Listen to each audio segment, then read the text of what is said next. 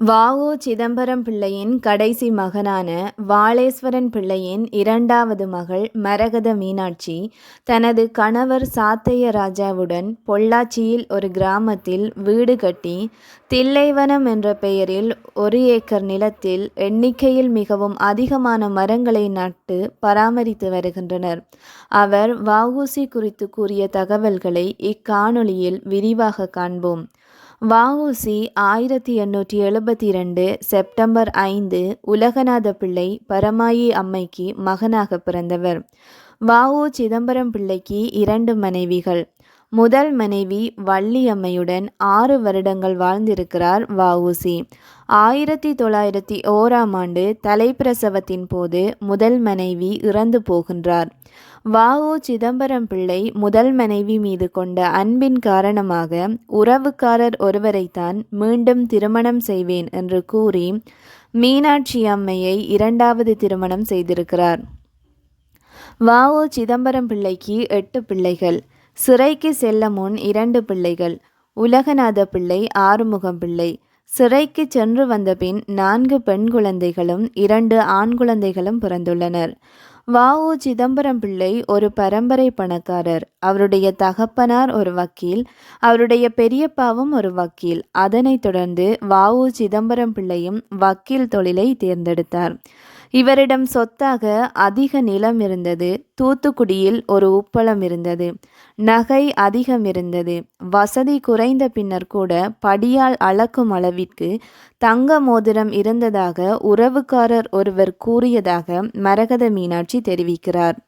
அவருடைய முதல் 2 பெண்களுக்கும் 100 பவுன் நகை போட்டு திருமணம் முடித்து வைத்திருக்கிறார் வ.உ. சிதம்பரம் பிள்ளை.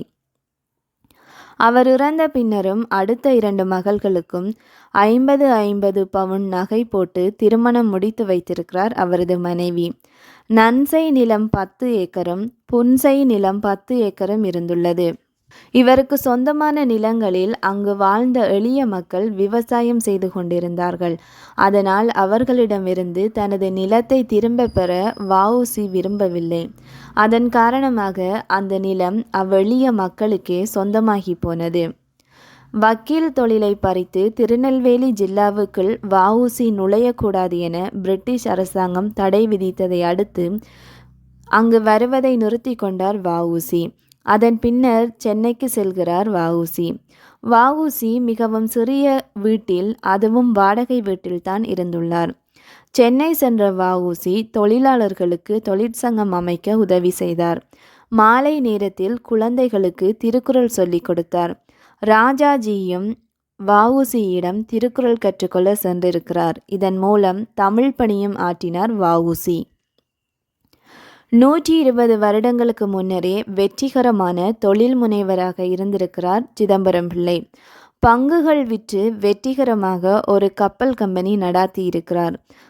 பங்கு என்ற விடயத்தை தமிழ்நாட்டில் அறிமுகப்படுத்தியவரே வ.உ.சி. தான். இதனை MBA-விற்கு ஒரு பாடமாக வைக்கலாம் என மரகத மீனாட்சி தெரிவிக்கிறார். பகீர் முகமது என்பவர்தான் கப்பல் கம்பெனி நடாத்த சிதம்பரம் பிள்ளைக்கு உதவினார். அவர் இல்லாட்டி கப்பல் கம்பெனியே இல்லை என்று எல்லோரிடமும் ஒரு பேச்சு இருந்திருக்கிறது. ஆனால் உண்மையில் கப்பல் கம்பெனி நடாத்த முதல் கொடுத்து உதவியவர் பாண்டித்துரை தேவர். இவர்தான் மதுரை தமிழ்ச் சங்கத்தை நிறுவினார். தனது பாம்பூர் கிராமத்தை விற்று 2 லட்சத்துக்கு 8000 பங்குகள் வாங்கி தேசப்பற்றோடு வ.உ.சி.க்கு உதவினார். பகீர் முகமதும் 2 லட்சத்துக்கு 8000 பங்குகள் வாங்கினார். ஆனால் அவருக்கு லாப நோக்கம் மட்டுமே இருந்தது. அது மட்டுமன்றி கப்பல் கம்பெனியில் லாபம் கிடைக்காது போல தெரிகிறது. அதனால் தனது பணத்தை திரும்ப தர சொல்லி கேட்டு சிதம்பரம் பிள்ளையை சிரமப்படுத்தியிருக்கிறார் பகீர் முகமது. கப்பல் வந்த பின்னர் பணத்தை வாங்குமாறு கூறியிருக்கிறார் சிதம்பரம் பிள்ளை. கப்பல் கம்பெனியில் தலைவர் என்ற இடம் பாண்டித்துரை தேவருக்கு மாத்திரமே வழங்கப்பட்டிருந்தது. பகீர் முகமதுவின் பெயர் எங்குமே குறிப்பிடப்படவில்லை. எனவே அவர் தனது பணத்தை சிதம்பரம் பிள்ளையிடமிருந்து திரும்ப பெற்றிருக்க வேண்டும். இதன் மூலம் கப்பல் கம்பெனி நடாத்த உதவியவர் பாண்டித்துரை தேவரும் வ.உ.சி.யும் இன்னும் பல பங்குதாரர்களும் தான் காரணமே தவிர பகீர் முகமது அல்ல என தெளிவாக எடுத்துரைக்கிறார் வ.உ.சியின் நேரடி பேத்தியான மரகத மீனாட்சி. பம்பாய், கல்கத்தா, தமிழ்நாடு, இலங்கை என எல்லா இடங்களிலிருந்தும் சிதம்பரம் பிள்ளையை நம்பி பங்குகள் வாங்கியிருக்கிறார்கள். வ.உ.சி இருந்தவரை லாபமும் பெற்றிருக்கிறார்கள். வ.உ.சியிடம் 2 கப்பல்கள் இருந்தன, காலியா, லாவோ. 2 கப்பல்களுமே பயணிகள் மற்றும் சரக்கு ஏற்றக்கூடிய கப்பல். பொருட்கள் ஏற்றக்கூடிய 2 ஸ்டீமர்களும் வ.உ.சியிடம் இருந்துள்ளன.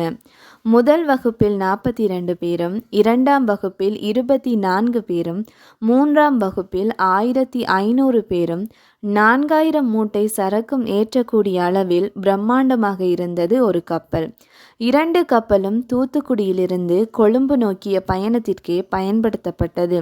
இந்த கப்பல் சேவைக்காக சிதம்பரம் பிள்ளை இலங்கையில் 6 மாதம் தங்கி வேலை பார்த்திருக்கிறார்.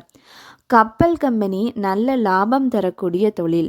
இந்தியர்கள் அதை தொழிலாக எடுத்து செய்ய வேண்டும். இதன் மூலம் வருகின்ற லாபத்தை ஏன் பிரிட்டிஷ் அரசாங்கம் எடுத்துக்கொண்டு போக வேண்டும் என சிதம்பரம் பிள்ளை பதிவாக எழுதி வைத்திருக்கிறார் என மரகத மீனாட்சி கூறுகிறார். பிரிட்டிஷ் அரசாங்கம் சிதம்பரம் பிள்ளை கப்பல் கம்பெனியை வெற்றிகரமாக நடாத்துவதை அறிந்து மக்களை தங்களது கப்பலில் இலவசமாக செல்லுமாறு தூண்டினார்கள்.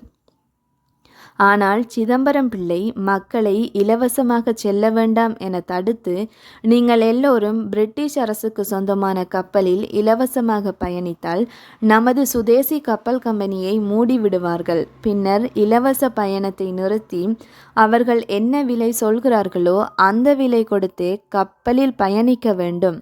தொலைநோக்கோடு சிந்தித்து செயல்படுமாறு மக்களிடம் பேசுகிறார் வ.உ.சி. மக்களும் இதை உணர்ந்து இலவசத்தை மறுத்து வ.உ.சியின் கப்பலில் பயணித்தார்கள். கப்பல் கம்பெனிக்காக அயராது உழைத்த வ.உ.சிக்கும் கப்பல் கம்பெனிக்கும் எவ்வித உரிமையும் இல்லை என்றால் நம்புவீர்களா? ஆம், வ.உ.சி ஒரு துணை காரியதரிசியாகவே கப்பலில் வேலை பார்த்திருக்கிறார். அதற்கு சம்பளம் கூட சிதம்பரம் பிள்ளை வாங்கவில்லை. பணம் போட்டு கப்பல் கம்பெனி நடாத்தியவர்கள் வேறு. ஆனால் அதற்கான பேரும் புகழும் வ.உ.சிக்கு கிடைத்ததால் கப்பல் கம்பெனியிலிருந்து சிதம்பரம் பிள்ளையை விலகச் சொல்லி கேட்கவும் அவரும் விலகிச் செல்கிறார். பின் சில முக்கியஸ்தர்கள் சிதம்பரம் பிள்ளை இல்லாது போனால் கப்பல் கம்பெனி நடாத்த முடியாது என கூறவும் மீண்டும் அவரை கப்பல் கம்பெனிக்கு அழைத்து வந்திருக்கிறார்கள். அதன் பின்னர் துணை காரியதரிசியாக வேலை செய்த சிதம்பரம் பிள்ளையை ஒரு ஏஜென்ட் என அழைக்க தொடங்கினார்கள். அதை பற்றி எவ்வித கவலையும் எதிர்பார்ப்புமின்றி வ.உ.சி கப்பல் கம்பெனிக்காக உழைக்கிறார். இவ்வாறு கப்பல் கம்பெனிக்காக உழைத்த சிதம்பரம் பிள்ளைக்கு பிரிட்டிஷ் அரசாங்கமும் லஞ்சம் கொடுக்க முயற்சி செய்திருக்கிறார்கள். ஒரு பவுன் 13 ரூபாய்க்கு விற்ற காலத்தில் 1 லட்சம் லஞ்சமாக தருகிறோம், கப்பல் கம்பெனியிலிருந்து விலகிக்கொள் என பிரிட்டிஷ் அரசாங்கம் வ.உ.சியிடம் கூறியிருக்கிறார்கள். ஆனால் வ.உ.சி கப்பல் கம்பெனியை விட்டு விலகவில்லை. பின்னர் பிரிட்டிஷ் அரசாங்கம் தனது கப்பலில் வ.உ.சியின் கப்பல் மோதியதாக சொல்லி சிதம்பரம் பிள்ளை மீது வழக்கு தொடுத்திருக்கிறார்கள். இவ்வாறு பல சவால்களை தாண்டி சிதம்பரம் பிள்ளை வெற்றிகரமாக கப்பல் கம்பெனியை நடத்தி வந்திருக்கிறார். அதனைத் தொடர்ந்து சிதம்பரம் பிள்ளை சிறையில் அடைக்கப்படுகிறார். இவரின் உதவி இல்லாமல் கப்பல் கம்பெனி நடாத்த முடியாமல் போகவே கப்பல் கம்பெனி மூடப்பட்டு ஒரு கப்பலையும் பிரிட்டிஷ் அரசாங்கத்துக்கு விற்றிருக்கிறார்கள். வ.உ.சியை சிறையில் அடைக்க 2 காரணங்கள் பிரிட்டிஷ் அரசாங்கத்தால் முன்வைக்கப்பட்டன. முதல் 20 ஆண்டுகள் சுப்பிரமணிய சிவாவை ஆதரித்ததற்கும், அடுத்த 20 ஆண்டுகள் மக்களை கூட்டி தேச துரோக பேச்சு பேசுகிறார் என்பதற்கும் சிறையில் அடைக்கப்பட்டார் சிதம்பரம் பிள்ளை. வ.உ.சியின் பேச்சை கேட்டால் எலும்புக்கூடும் எழுந்து வந்துவிடும் என்ற விடயம் தீர்ப்பில் இருந்ததாக மரகத மீனாட்சி கூறுகிறார். பின்கே என்ற நீதிபதியிடம் வ.உ.சியின் வழக்கு அப்பீலுக்கு போய் 40 வருடங்களாக இருந்த சிறை தண்டனை 10 வருடங்களாக குறைந்தது. 6 ஆண்டுகள் 4 ஆண்டுகள் என 2 தண்டனையையும் ஒன்றாக சேர்த்தே அனுபவிக்கலாம் என 6 ஆண்டுகளாக மாற்றப்பட்டு, பின் பல காரணங்களுக்காக அனைத்து சிறை கைதிகளுக்கும் கொஞ்சம் கொஞ்சமாக தண்டனை குறைக்கப்பட்டு, நன்னடத்தையின் காரணமாக இறுதியாக வ.உ.சி சிறையில் இருந்த மொத்த ஆண்டுகள் 4.5. இந்த சிறைவாசத்தின் போது வஉசியின் ஆரோக்கியம் குறைந்து போனது. வெற்றிகரமாக செய்து வந்த வக்கீல் தொழிலையும் இழந்தார். மிகுந்த துன்பத்தை சிறையில் அனுபவித்தார் வஉசி. 1912 சிறையிலிருந்து மீண்டு வந்த பின்னர் மக்கள் வஉசியிடம் வருவதற்கே பயந்தார்கள். வஉசியுடன் சேர்ந்தால் தாங்களும் கஷ்டப்படுவோமோ என்று பயந்தார்கள். தண்டபாணி பிள்ளை என்பவர் தனது ரேஷன் கடையில் வஉசியை வேலைக்கு அமர்த்தி நாள் முடிவில் ஒரு படி அரிசியை கூலியாக கொடுத்திருக்கிறார். இதை அறிந்த பிரிட்டிஷ் அரசாங்கம் அவரின் கடை உரிமத்தை ரத்து செய்திருக்கிறார்கள். 1924 மீண்டும் வக்கீல் தொழில் செய்ய அனுமதி கிடைக்கிறது வஉசிக்கு. E.H. வாலஸ் என்ற நீதிபதி வஉசியின் விண்ணப்பத்தை ஏற்று அவருக்கு மீண்டும் வக்கீல் தொழில் செய்ய அனுமதி வழங்கினார். அவரின் நினைவாகவே தனது கடைசி மகனுக்கு வாலேஸ்வரன் என பெயர் வைக்கிறார் சிதம்பரம் பிள்ளை. ஒட்டப்பிடாரத்தில் வஉசி வக்கீலாக இருந்தபோது புளியமுத்தூர் என்ற இடத்தில் வாலஸ் மஜிஸ்ட்ரேட்டாக இருந்தார். ஒரு முக்கியமான வழக்கின் போது ஆறுமுக தம்பிரான் என்பவர் மீது கொலை குற்றம் சாட்டப்பட்டது. வஉசி எதிராளியை குறுக்கு விசாரணை செய்த விதத்தில் சிதம்பரம் பிள்ளை பக்கம் எவ்வித விசாரணைகளும் இல்லாமல் தீர்ப்பு வழங்கினார் வாலஸ். வஉசி அருமையாக வாதிட்டதாக கூறி பிளாக்ஸ்டோன் என்ற போலீஸ் இன்ஸ்பெக்டர் கைகூலிக்கு விட்டு போனதாகவும் பதிவுகள் உள்ளன. வஉசியின் தொழில் திறமையை அறிந்து வைத்திருந்த வாலஸ் வஉசியின் வக்கீல் உரிமத்தை திரும்ப வழங்க காரணமாக இருந்தார். ஆனால் வஉசியால் பழையபடி புகழ்பெற்ற வக்கீலாக இருக்க முடியவில்லை. வஉசியிடம் சென்றால் தமக்கு சார்பாக தீர்ப்பு கிடைக்குமோ கிடைக்காதோ எனவும், நீதிபதி தமக்கு சார்பாக தீர்ப்பு சொல்லுவாரா மாட்டாரா என்ற பயத்தில் வஉசியிடம் மக்கள் செல்லவில்லை. அதன் பின்னர் வக்கீல் தொழில் சுமாராகத்தான் இருந்தது. காமராஜருக்கும் காங்கிரஸ்காரருக்கும் வஉசி வாதாடியிருக்கிறார். தூத்துக்குடியைச் சேர்ந்த அனந்தராமையங்கார் என்பவர் வஉசியை பற்றி கூறிய பதிவு. அனந்தராமையங்கார் ஒரு முறை வஉசியை காண சென்றிருக்கிறார். அப்போது வஉசி இது என்னுடைய இன்னொரு புத்தகம் என்று அவரிடம் கொடுத்திருக்கிறார். அவரும் விலை என்ன என்று கேட்க சும்மா வைத்து கொள்ளுங்கள் என்று சொல்ல, அச்சியந்திரமும் காகிதமும் உங்கள் வீட்டில் விளையவா செய்யுது, இதை வச்சிருங்க என்று கொஞ்சம் பணம் கொடுத்திருக்கிறார் அனந்தராமையங்கார். அது எவ்வளோன்னு கூட எண்ணி பார்க்காம வேறொருத்தர் வந்து தான் சிரமப்படுவதாக கூற வஉசி அந்த பணத்தை அப்படியே தூக்கி கொடுத்திருக்கிறார். பரலேஸ்வர நெல்லையப்ப பிள்ளையின் வஉசி பற்றிய பதிவு. வஉசியிடம் அதிக வருமானம் இருந்த போதும் வீட்டில் விருந்தாளிகள் இருந்த வண்ணம் இருந்தார்கள். வருமானமே இல்லாமல் சிரமப்பட்ட போதும் விருந்தாளிகள் வந்த வண்ணமே இருந்தார்கள். யார் போனாலும் சாப்பாடு போடும் இடமாகவே வஉசியின் வீடு இருந்ததாக குறிப்பிடுகிறார். கி.ஆ.பெ. விஸ்வநாத பிள்ளையின் வஉசி பற்றிய பதிவு. கி.ஆ.பெ. விஸ்வநாத பிள்ளையை காங்கிரசுக்கு வர வேண்டும் என்று சிதம்பரம் பிள்ளை அழைத்திருக்கிறார். தமிழ் பற்று உடைய கி.ஆ.பெ. விஸ்வநாத பிள்ளை வன்மையாக மறுத்திருக்கிறார். உடனே சிதம்பரம் பிள்ளை கி.ஆ.பெ. விஸ்வநாத பிள்ளையை தனது வீட்டிற்கு அழைத்து சென்று உணவளித்து அவர் ஏன் காங்கிரசுக்கு வர வேண்டும் என்பதையும் தான் காங்கிரஸில் இருப்பதன் நோக்கம் குறித்தும் எடுத்து கூறி அவரின் வயிற்றுக்கும் அறிவிற்கும் உணவளித்தார் எனவும், சிதம்பரம் பிள்ளையைப் போல நேர்மையான ஒரு தலைவர் வேறு எவரும் இல்லை எனவும், யார் காலிலும் விழாத அவர் வஉசியின் காலில் விழுந்து கும்பிட்டதாகவும் குறிப்பிட்டுள்ளார். 19ஆம் நூற்றாண்டில் தாழ்த்தப்பட்ட மனிதரான ராமையா தேசிகர் என்பவரை சிதம்பரம் பிள்ளை வீட்டில் வைத்து உணவளித்திருக்கிறார். மனைவியர் இருவரும் வஉசிக்கு ஒத்தாசையாக இருந்திருக்கிறார்கள். வஉசி தனது சுயசரிதையில் தான் ஒரு தாழ்த்தப்பட்ட மனிதரை வைத்து சாப்பாடு போட்டதாக குறிப்பிடவில்லை. என்னுடைய தவப்பயனால் தான் அவர் தனது வீட்டில் வந்து தங்கினார் என குறிப்பிட்டிருக்கிறார். சகஜானந்தன் என்ற தாழ்த்தப்பட்டவரை வஉசி தனது வீட்டில் தங்க வைத்து உணவளித்து திருக்குறளும் சொல்லிக் கொடுத்திருக்கிறார். அவர் தாழ்த்தப்பட்டவர்களுக்காக பள்ளிக்கூடம் ஆரம்பிக்கிறார். ஆனால் சிறையிலிருந்து வந்த பின் சிதம்பரம் பிள்ளையிடம் பணம் இல்லாததால் அவருக்கு உதவ முடியாது போகவே சகஜானந்தனிடம் ஒரு கடதாசி மட்டும் கொடுத்து விடுகிறார் வஉசி. இவர் தாழ்த்தப்பட்டவர்களுக்காக ஒரு பள்ளிக்கூடம் ஆரம்பிக்கிறார். உங்களால் முடிந்த உதவி செய்யுங்கள் என்று அதில் குறிப்பிடப்பட்டிருந்தது. சகஜானந்தன் சொல்கிறார், வஉசி தனது சத்குரு, வஉசி தனது தகப்பன், தனது கடவுள் என்று. வஉசி தனது கட்டுரை ஒன்றில் தாழ்ந்த சாதி என்றோ உயர்ந்த சாதி என்றோ குறிப்பிடவில்லை. அதற்கு பதிலாக தாழ்த்துகின்ற சாதி, தாழ்த்தப்படுகின்ற சாதி என்றே குறிப்பிட்டிருந்தார். ஒவ்வொரு சொல்லிலும் வார்த்தை பிரயோகத்திலும் மிகுந்த கவனமாக இருந்திருக்கிறார் சிதம்பரம் பிள்ளை. சிறைக்கு சென்று வந்த பின் வஉசி மிகுந்த சிரமப்படுகிறார் என வஉசிக்கு ஆப்பிரிக்காவிலிருந்து 5000 ரூபாய் பணம் வசூலித்து காந்தி வரும்போது அப்பணத்தை கொடுத்து விடுகிறார் தில்லாதி வேதிப்ப பிள்ளை. ஆனால் காந்தி அப்பணத்தை வஉசியிடம் கொடுக்கவுமில்லை. இவ்வாறு பணம் கொடுத்து விட்டுள்ளார்கள் என எவ்வித தகவலும் சொல்லவில்லை. பின்னர் ஒரு முறை தில்லாதி வேதிப்ப பிள்ளை ஆப்பிரிக்காவிலிருந்து திரும்ப வந்து வஉசியை காணச் சென்ற போதே காந்தியிடம் பணம் கொடுத்து விட்டோமே, கிடைத்ததா என கேட்டபோதே வஉசிக்கு அவ்விடயம் தெரிய வந்தது. பின்னர் இருவரும் சேர்ந்து அகமதாபாத் சென்று காந்தியை சந்தித்து பணம் கேட்டபோதும் காந்தி கொடுக்கவில்லை. பூனாவில் உள்ள கோபாலி என்ற ஒருத்தரிடம் பெற்றுக்கொள்ளுமாறு சொல்ல வஉசிக்கும் கோபாலிக்கும் எவ்வித அறிமுகமும் இல்லாததால் திலகரிடம் சென்று அறிமுக கடிதம் வாங்கி கொண்டு போய் கோபாலியிடம் கொடுத்து அப்பணத்தை திரும்ப வாங்கி வந்தார்கள் வஉசியும் தில்லாதி வேதிப்ப பிள்ளையும். 1920 தான் இப்பணத்தை வாங்கியதாக தண்டபாணி பிள்ளை என்பவர் இந்நிகழ்வை பதிவு செய்திருக்கிறார். மீண்டும் ஆப்பிரிக்காவிலிருந்து கொடுக்கப்பட்ட 137 ரூபாய் பணத்தையும் காந்தி கொடுக்கவில்லை.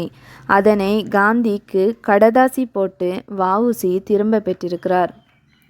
1936ஆம் ஆண்டு வஉசி தனது ஒட்டப்பிடாரம் வீட்டில் 64 வயதில் படுத்த படுக்கையில் இருந்திருக்கிறார்.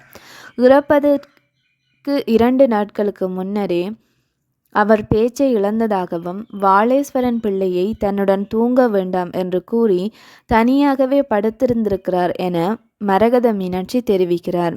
சாகும் தருவாயில் தொண்டர்களை அழைத்து தேசபக்தி பாடல்களை பாடச் சொல்லியிருக்கிறார் வஉசி. என்று தனியும் இந்த சுதந்திர தாகம் என பாரதியாரின் பாடலை பாடுங்கள் என்று சொல்லி அதை கேட்டவாறே வஉசியின் உயிர் அவர் உடலை விட்டு பிரிந்தது என மரகத மீனாட்சி குறிப்பிடுகிறார். வஉசி இறக்கும்போது வாலேஸ்வரன் பிள்ளை, அதாவது மரகத மீனாட்சியின் தந்தைக்கு வெறும் 8 வயது மட்டுமே. வஉசி தனது சொத்து எதற்கும் உயில் எழுதி வைக்கவில்லை. யார் யாருக்கு எவ்வளவு பணம் கொடுக்க வேண்டும் என கடனுக்கே உயில் எழுதி வைத்துள்ளார்.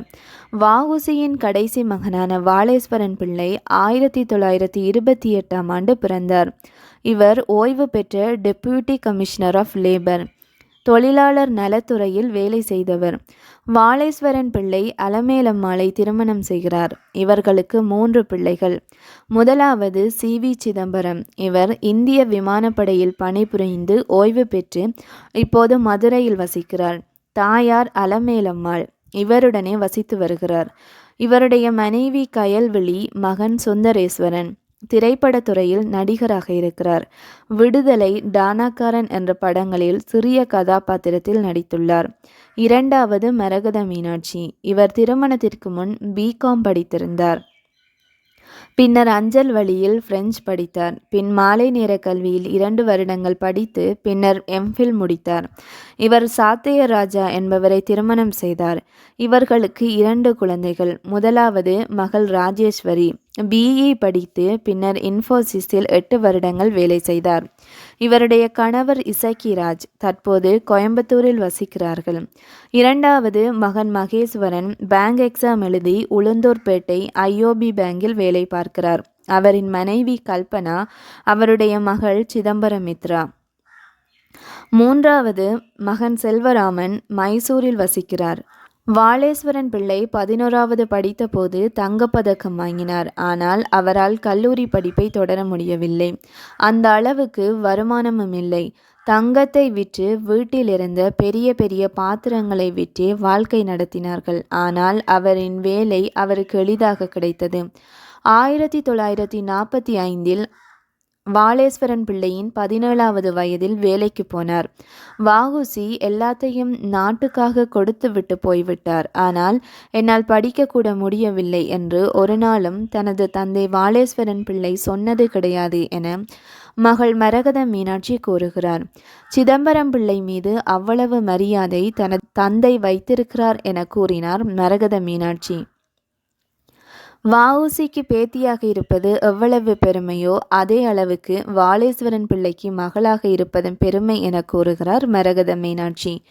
வ.உ.சி. பெயரை சொல்லி எந்த சலுகையும் தனது தந்தையோ தாங்களோ பெறவில்லை. அப்படி செய்தால் அது வ.உ.சி.யின் தியாகத்தை விலைக்கு விற்றதுக்கு சமன். ஒருபோதும் அப்படி செய்யவே கூடாது. ஆனால் எந்த அரசாங்கமும் வ.உ.சி.க்கு எந்த முக்கியத்துவமும் கொடுக்கவில்லை என்பது மிகவும் வேதனை அளிப்பதாக வ.உ.சி.யின் நேரடி பேத்தியான மரகத மீனாட்சி கூறுகிறார். 2015 ஜூலை 25 தனது 87வது வயதில் 3வது மகன் செல்வராமன் மடிப்பாக்கத்தில் வசித்த போது அவரின் வீட்டில் வாளேஸ்வரன் பிள்ளை இறந்தார்.